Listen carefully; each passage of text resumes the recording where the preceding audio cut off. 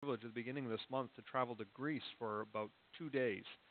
And it was at the end of the trip to Romania, and I was able to take a little extra vacation time. And you're so close, and it's very um, efficient or economical to do that. So I did. My friend Bill and I, we went and spent 2 nights in Athens, and then one day in Athens, and then a day in Corinth. And I was surprised myself at how much there was to learn, and how much when you visit these places where Paul was, all of a sudden the text came alive in ways that even I wasn't expecting. And so what I want to do tonight is not give you a slideshow of my trip to Greece. That's the last thing anyone here really wants. But what I do want to do is take you through the story in Acts chapter 17 and show you some pictures of what those places were like. But I want to do that with an eye towards saying this is how, when we understand the ancient text or the ancient culture, the text takes on deeper and richer meaning. So what I want you to do now, if you would, is turn to Acts 17. And in a moment, I'm going to have someone volunteer to read it. First, I'll just have Haley, if you just want to put up the next slide. I'm going to try to help you see a little bit where Athens is. Up where Philippi is, that's kind of near like Eastern Europe, Romania, Ukraine. That's kind of like the Black Sea down there. And then you come around down, and then there's all those little islands. Those are all the Greek islands. And then Athens is right there, and it's surrounded by water. It's not itself an island, but it's right on the coast. You can see where Corinth is.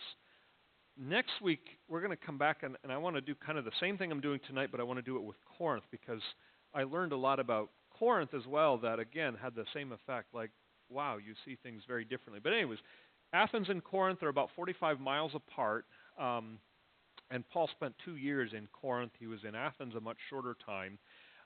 But you can just kind of see where it is on and if you go straight south of there, you're like in Turkey and there, and then if you go further south, you hit the coast of Africa. So, Haley, go to the next slide, and just a little bit of quick background about Paul's visit to Corinth. It was on his second missionary journey that he came through the city of Athens. Athens, when Paul visited there, it was a major cultural center of the Greek world.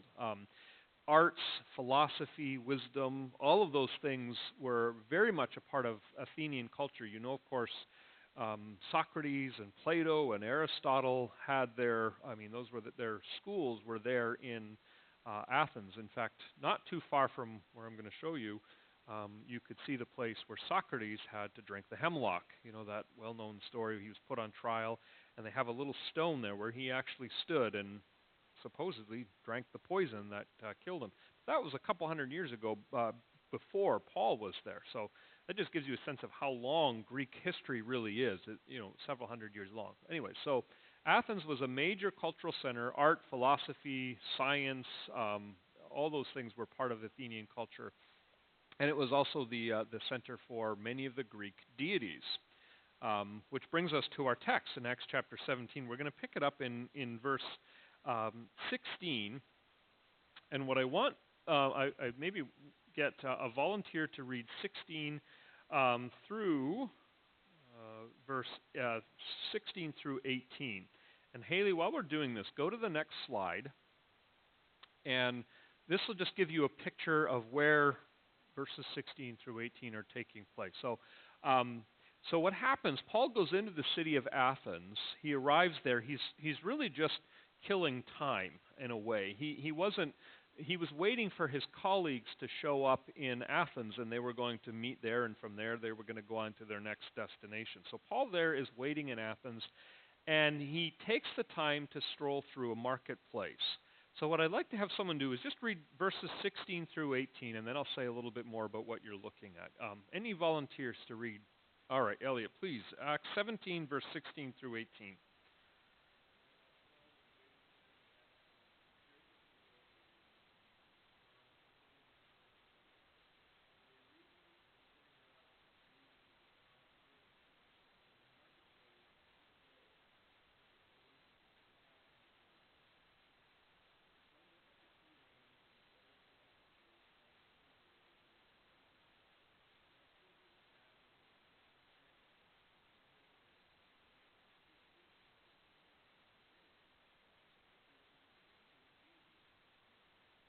All right, perfect. Thank you, Elliot. So Paul starts off in, it's called the agora, or just his word for marketplace. But when we think about marketplace, we think of like a farmer's market. This was a little different. You can see this first picture there, and you can walk around in that whole area. But what you'd see like a farmer's market, you'd see little booths that would be set up, and you can still see the remains, the stone foundations of these little booths where you would go to.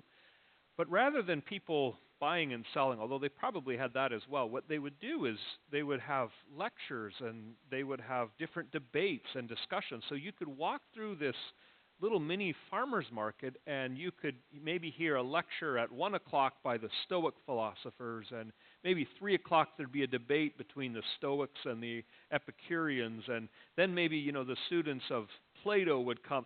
So the point is that you get all these different ideas coming together, and it was a place not so much for buying your groceries as it was for discussing and debating politics and philosophy and all those sorts of things. The best analogy that I think I can give for us today would be it was not unlike Facebook.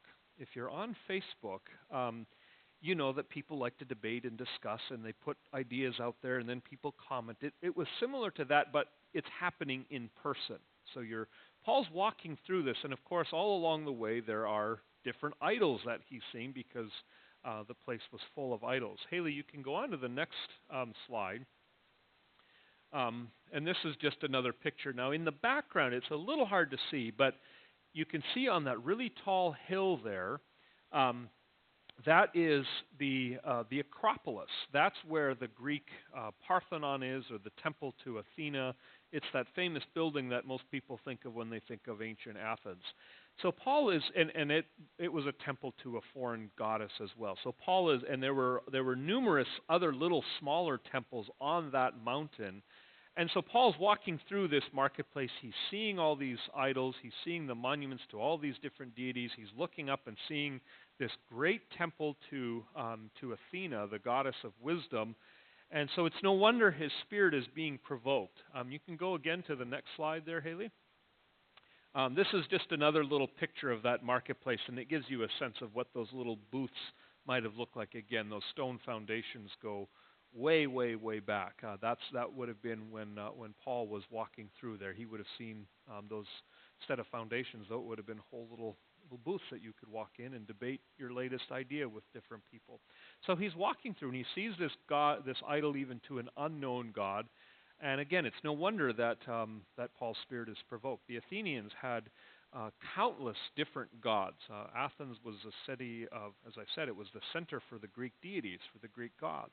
And everywhere you look, there are, even today, you see the remnants of these temples and these ancient gods and goddesses. So Paul's walking through town, and he sees all this, and he's talking to people. No doubt he's engaging them as he's walking through the marketplace, and he's talking about the resurrection, and he's beginning to attract a crowd. And again, that probably wouldn't have been all that unlikely. I imagine that people are eager to discuss and debate. So he's, Paul's diving right in. He's bringing all kinds of people around him, and people are bothered by what he's saying. The Stoics and the Epicureans, they saw life very differently. It was these were humanistic philosophies. And so we get to the point at the end where they're saying, what is this babbler trying to say? What is this strange philosophy? Paul didn't fit in with the Epicureans. He didn't fit in with the Stoics or with anyone else. So they bring Paul a little ways, and let's go now to the next slide. This is Mars Hill, as it's sometimes called, or the Areopagus. Those stairs were probably used by the Apostle Paul himself. He would have been brought up those stairs by the local leaders of Athens.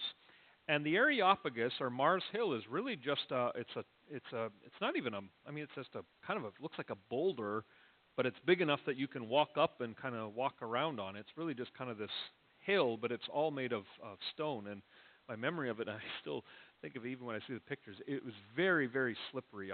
The rock had been polished down by so many people walking on it that I can, even as I look at the picture, I think I better, feel like I need to root my feet down. It was that slippery. But anyway, so Paul has taken up this steps. Let's have someone now pick up and read verses 19 through 21. And then I'll say a couple more things, and then we'll get into the actual sermon. So 19 through 21. Who'd be willing to read Acts 17, 19 through 21? All right, David, thank you.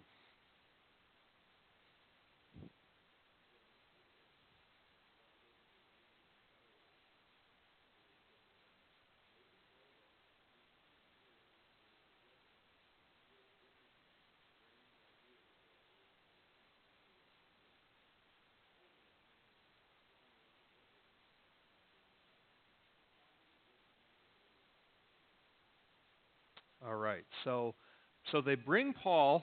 Thank you, David. So they bring Paul up this mountain, and now they're going to essentially, they're not putting him on trial exactly, but they're giving him a chance to make his case and to explain what he's talking about.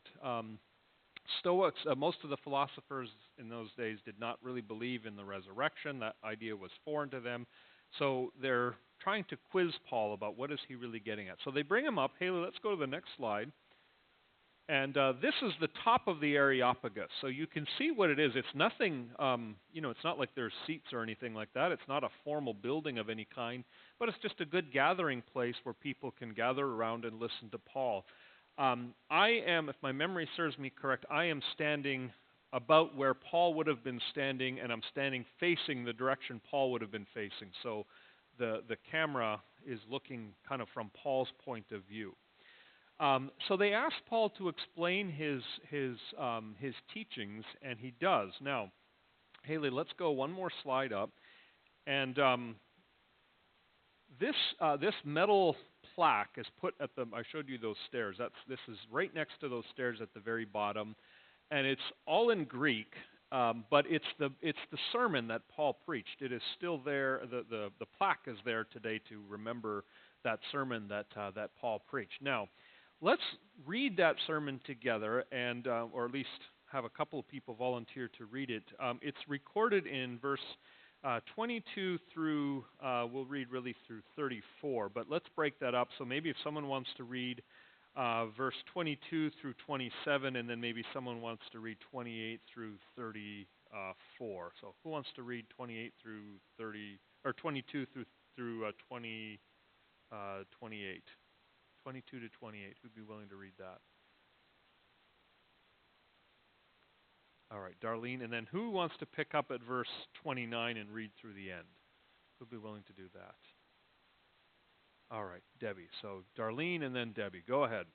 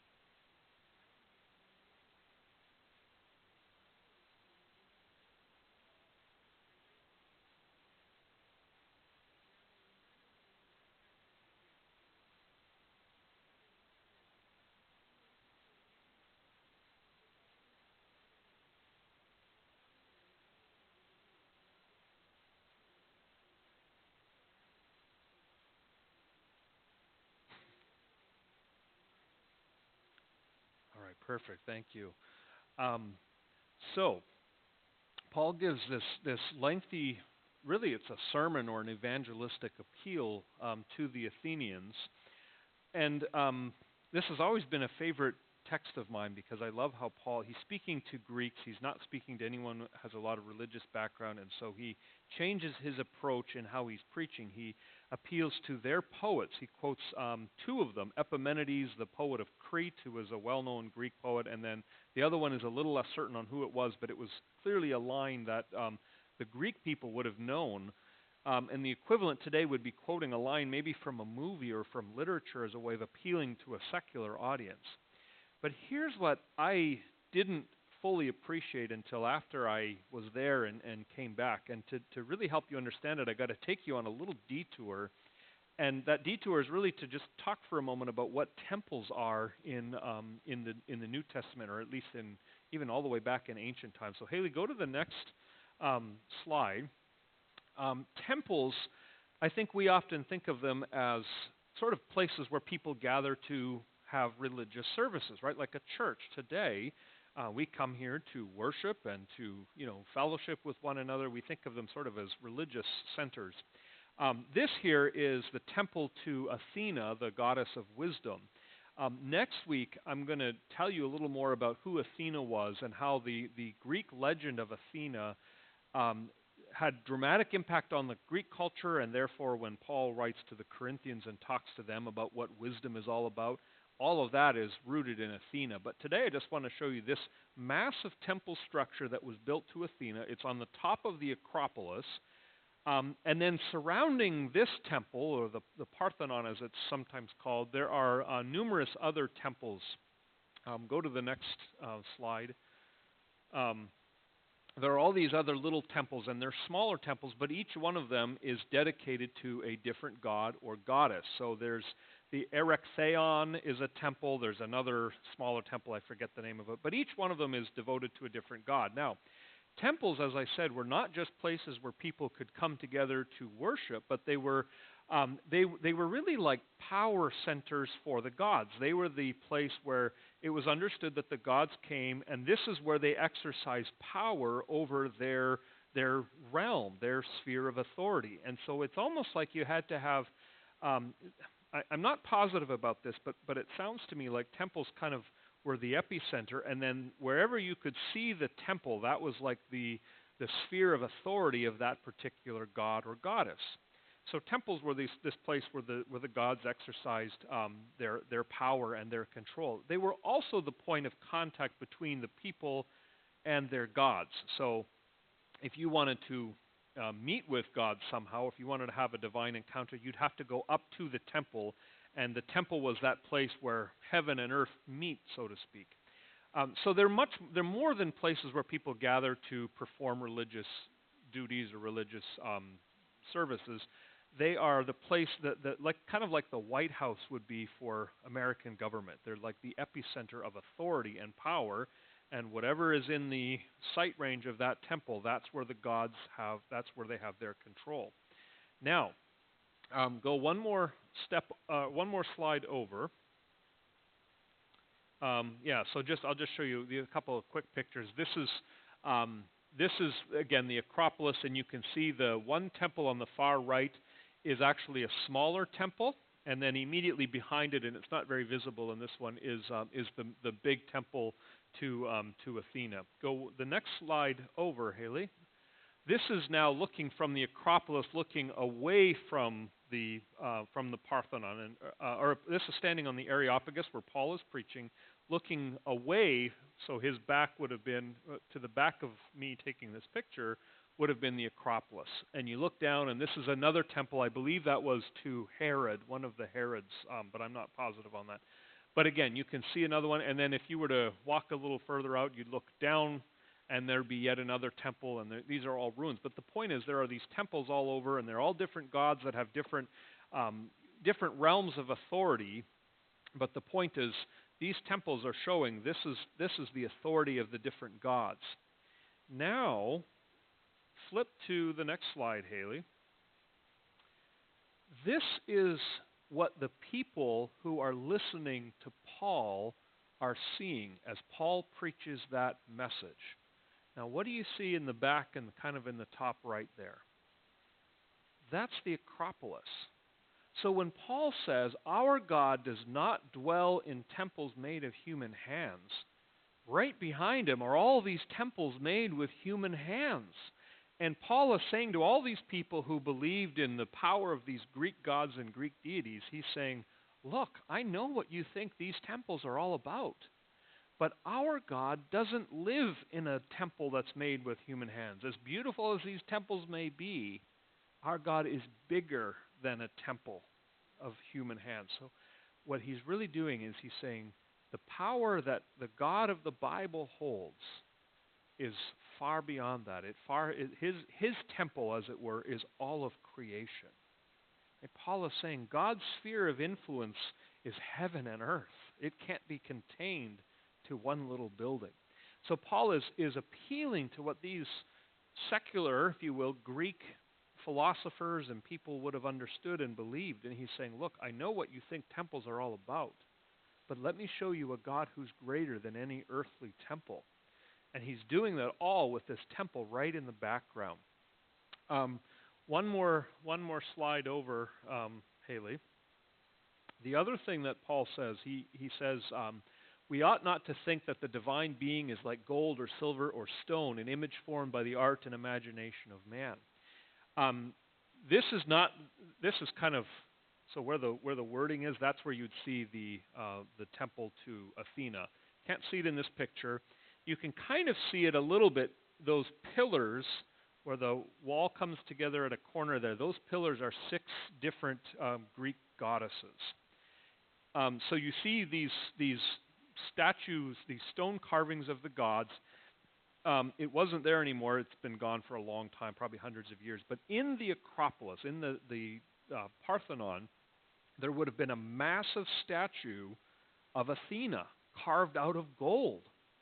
And they would have worshipped that. They would have looked at that and admired it. And what does Paul come along and say about that? He says, we ought not to think that the divine being is like gold or stone, but it's a God not formed by the imagination of man. So in other words, Paul is coming along, and again, he's with it right in the background. He's saying the God of the Bible is so much bigger than these gods carved out of stone. So it would have hit home with at least some of the people. Now it turns out not too many people responded to Paul's sermon, but 2 of them did. Dionysius the Areopagite. He was actually a local politician or local leader that had some influence. There's a monument to him near the Areopagus, actually. I forget exactly what, but it's like an acknowledgement because he went on to become, I think, the bishop of Athens. He was the first convert in Athens, and he then went on to become the church leader in the city of Athens, and others then. We don't know much about the church in Athens after. I mean, I'm not sure that it ever grew to be really, really large, but you think it would have been a tough place to plant a church. But Dionysius the Areopagite and Damaris converted and became believers, and the church was started in the city of Athens. So all of that to say that Paul, when he was making this sermon, giving this speech, he knows what his audience believes, and he is appealing to them, and he's preaching the gospel over against these Greek philosophies of the day. And he's showing that the God of the Bible is a God who lives in a much bigger temple, and whose authority, therefore, is much more expansive, and whose power is much greater than any of these Greek deities. So next week I want to come back and we'll talk about the theme of wisdom and the Corinthian church, and I'll tell you a little bit about the culture and the background of Corinth, because Corinth was 45 miles away, but it was a pretty different little place. So we'll talk on that. But if there are any questions or any things that I think we got a little time for that. Maybe if there are any questions. Yeah, Debbie.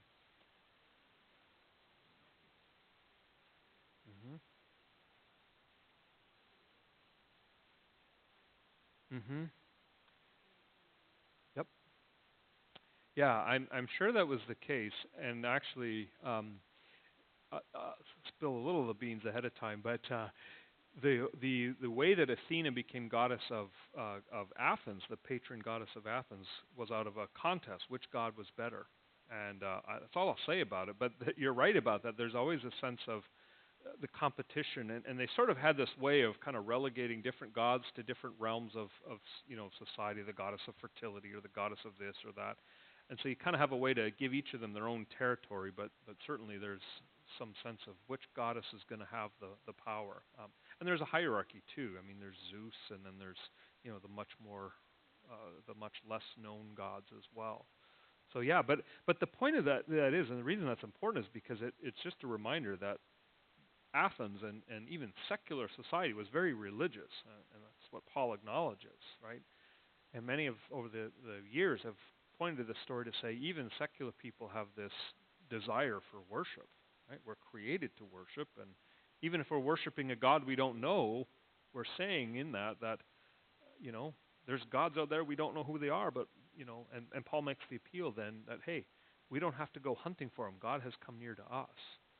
So, anyways, yeah.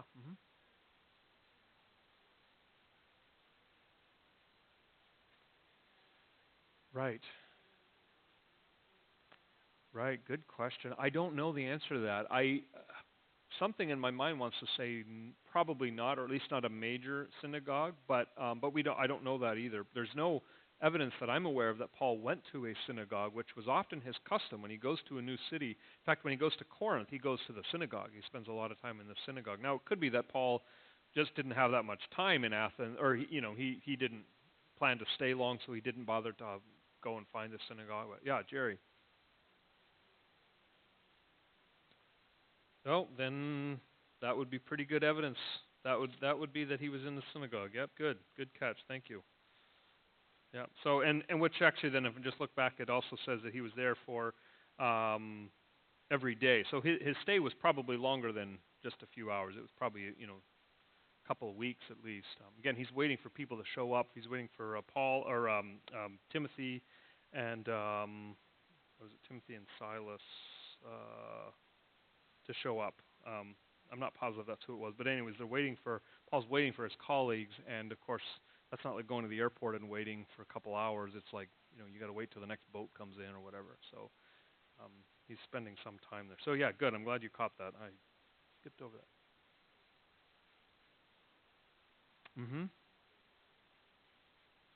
That's right.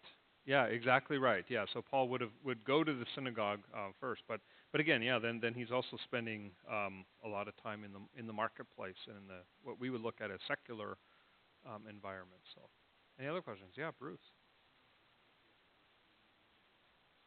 The statues today, not that I'm aware of, but you know, a lot of cultures have kind of a fascination with ancient religion, so it wouldn't totally shock me if people had some way of at least incorporating the teachings of Greek mythology into their life in some way, but I am not aware of that.